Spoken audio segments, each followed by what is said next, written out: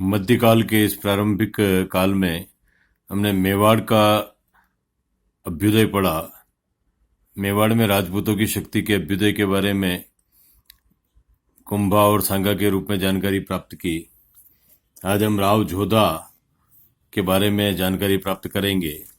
किस तरह से राठौड़ शक्ति का उत्थान हुआ है, जिसे आज का मारवाड़ कहा जाता है, और ये जोधपुर राज्य के संस्थापक के रूप में माने जाते हैं।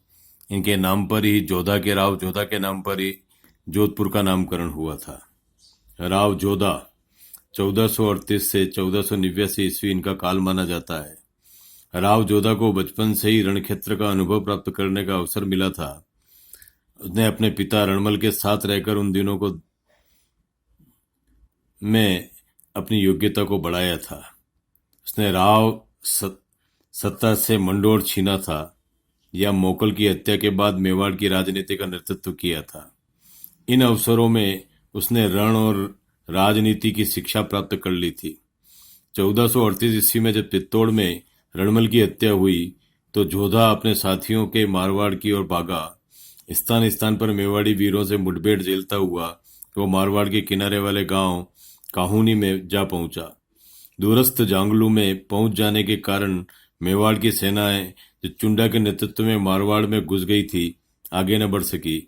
इस स्थिति में जोधा को कुछ विश्राम का अवसर दिया। धीरे धीरे यहाँ रहते हुए उसने अपने सहयोगियों की संख्या बढ़ा ली। अब वह उत्साह से मंडोवर लेने के प्रयत्न में लग गया, परंतु कई बार ममेवर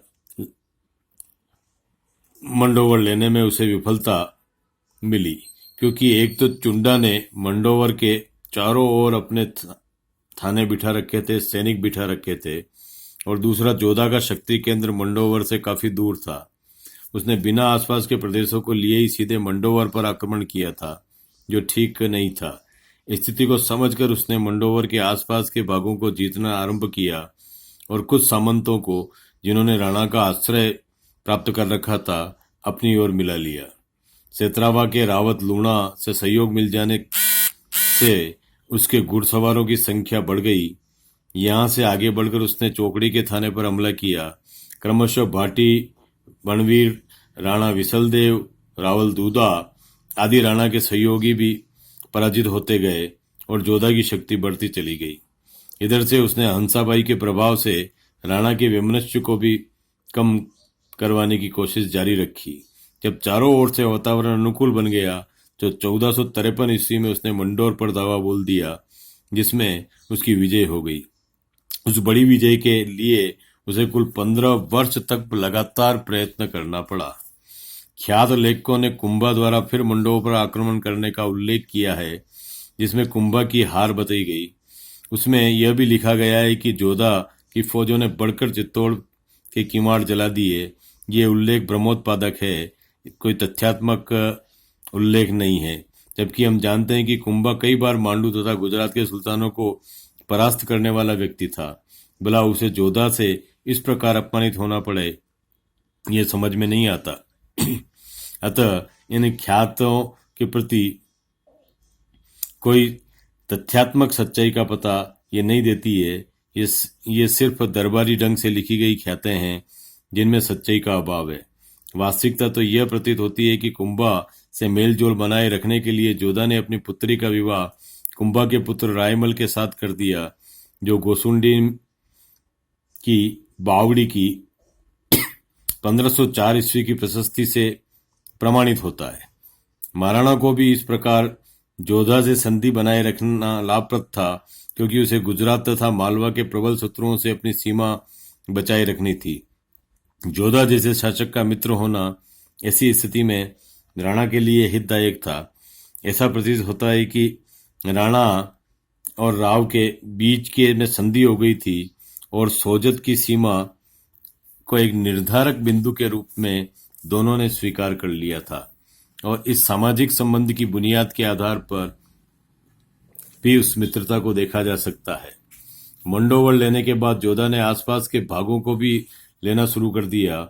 मेड़ता, फलोदी, पोखरण, बादराजून, सोजत, जैतारण, शिव, सिवाना और गोडवाड़ का कुछ भाग तथा नागौर उसके राज्य के अंश बन गए।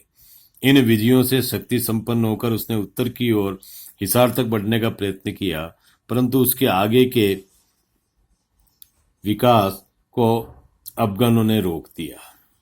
इतने बड़े राज्य का संभालना एक व्यक्ति के वश की बात नहीं थी।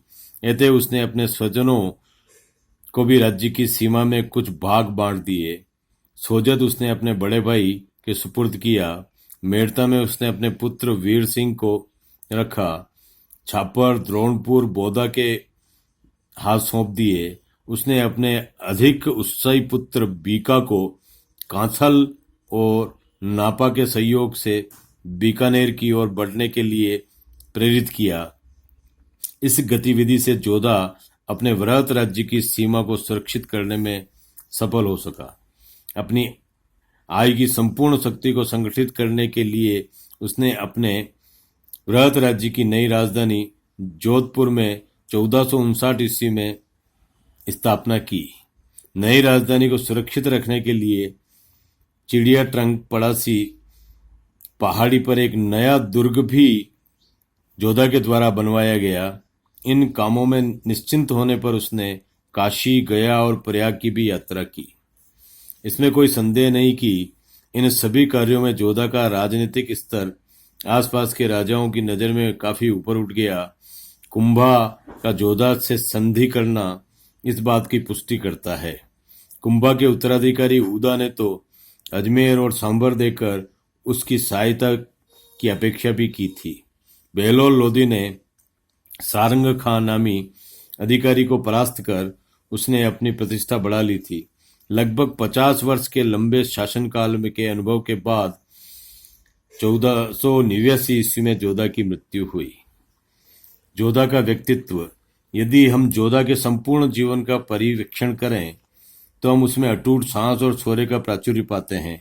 अपनी संपूर्ण आयु में 73 वर्ष की थी, उसमें उसने 3 वर्ष तो वह अपने पिता के साथ रहा और युद्धोचित कार्यों का अनुभव प्राप्त करता रहा। पिता की मृत्यु के बाद 15 वर्ष उसने कई प्रकार की विपत्तियों का सामना करते हुए मंडोर प्राप्त करने के संकल्प से आक्रमण किया और उसमें सफलता प्राप्त की। बाकी बचे हुए वर्ष उसने अपने राज्य विस्तार और उसकी व्यवस्था में लगाए। दृढ़ प्रतिज्ञ होते हुए उसने सूझबूझ वाला व्यक्ति था।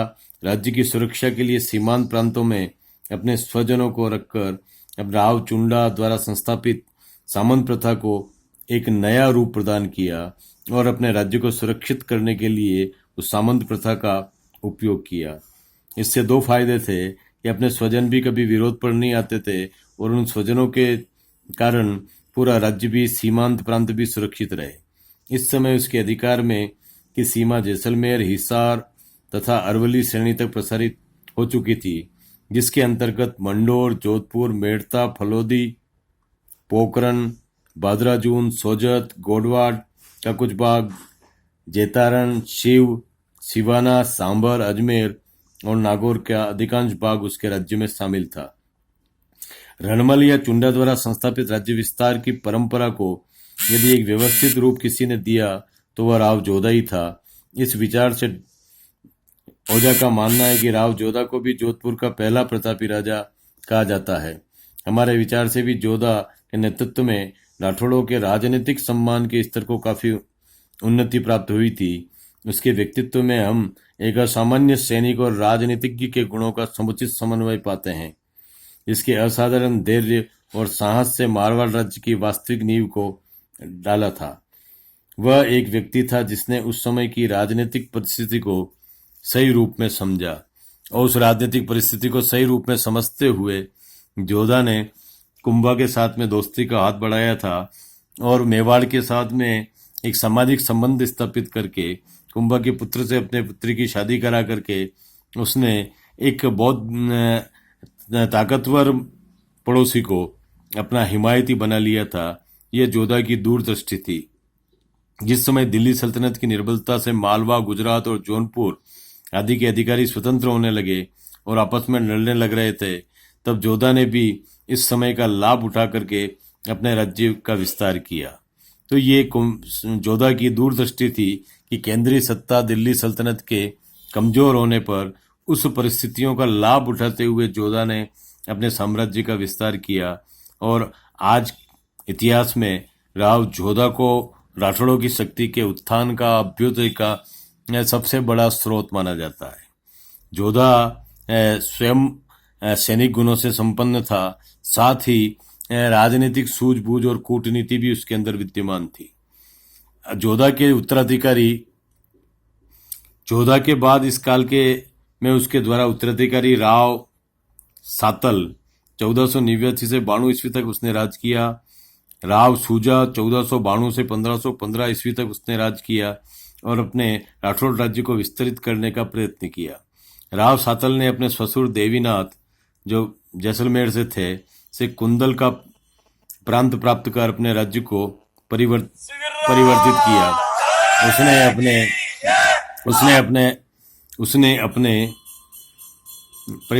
उसने अपने नाम से सातलमेर को बसाकर ख्याति अर्जित की।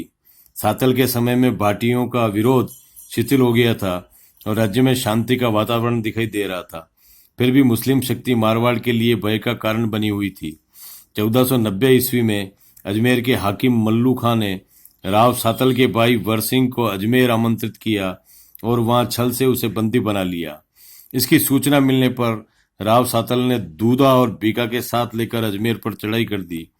अपने नगर को बचाने के लिए उसने वर सिंह को छोड़ दिया, परंतु बड़ी तैयारी के साथ उसने मेड़ता पर चढ़ाई कर दी और लूट मार कर जोधपुर की ओर बढ़ गया। राव सातल ने शीघ्र ही शत्रु का मुकाबला पिपाड़ के पास जाकर किया। समय पर राव दूधा की सहायता भी उसे उपलब्ध हो गई। दोनों दलों से डटकर युद्ध हुआ, जिसमें मल्लू खां को मैदान छोड़कर भागना पड़ा, परंतु इस युद्ध में अत्यधिक जोश से लड़ने के कारण राव सातल बहुत घायल हो गया, जिससे उसी रात 13 मार्च 1492 ईस्वी को उसकी मृत्यु हो गई। अपने ज्येष्ठ भाई की मृत्यु के उपरांत राव सूजा मारवाड़ का स्वामी बना।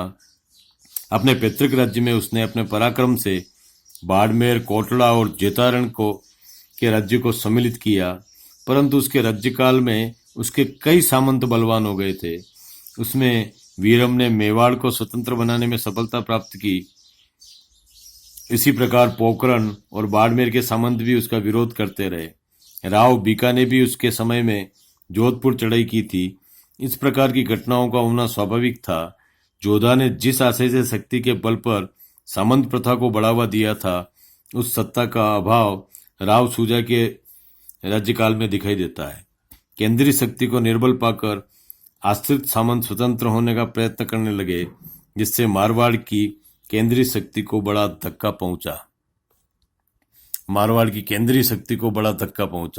इस तरह हम देखते हैं कि राव जोधा ने जिस सामंत प्रथा के द्वारा अपने राज्य को विस्तरित किया था, वही सामंत प्रथा जो थी वह राव जोधा द्वारा स्थापित जो राठौड़ों की शक्ति का जो एक उत्थान चरम बिंदु माना जाता है, उसके पतन के लिए भी या उसके टुकड़े टुकड़े होने के लिए भी या उस राज्य के अलग अलग भाग होने के लिए भी जिम्मेदार मानी जाती है। जिस तरह से एक संगठित राज्य का निर्माण राव जोधा के द्वारा किया गया था, उन सामंत प्रथा को बढ़ावा देकर के उसी सामंत प्रथा में हम देखते हैं कि केंद्रीय सत्ता के कमजोर होने पर राव जोधा के उत्तराधिकारियों के समय जब केंद्रीय सत्ता कमजोर हुई, तो उस समय सामंतों ने अपना अलग से अस्तित्व बनाने के लिए अलग अलग अपने राज्य कायम किए। तो इस कारण हम देखते हैं कि राठौड़ों की शक्ति का जो ये उत्थान है, ये राव जोधा के संदर्भ में देखा जाता है। और राव जोधा के जो व्यक्तित्व के जो गुण थे या जो दूरदृष्टि थी, उस कारण हम देखते हैं कि राठौड़ों की शक्ति का उत्थान हुआ। लेकिन कालांतर में जो राठौड़ों की जो शक्ति थी, वह आपसी सामंतों के विमर्श के कारण हमें बटी बटी नजर आती है। इस तरह हम देखते हैं कि इस काल में ये राजपूत शासक और योद्धा जाति के रूप में मारवाड़ क्षेत्र में राव जोधा का अभ्युदय हमें देखने को मिलता है।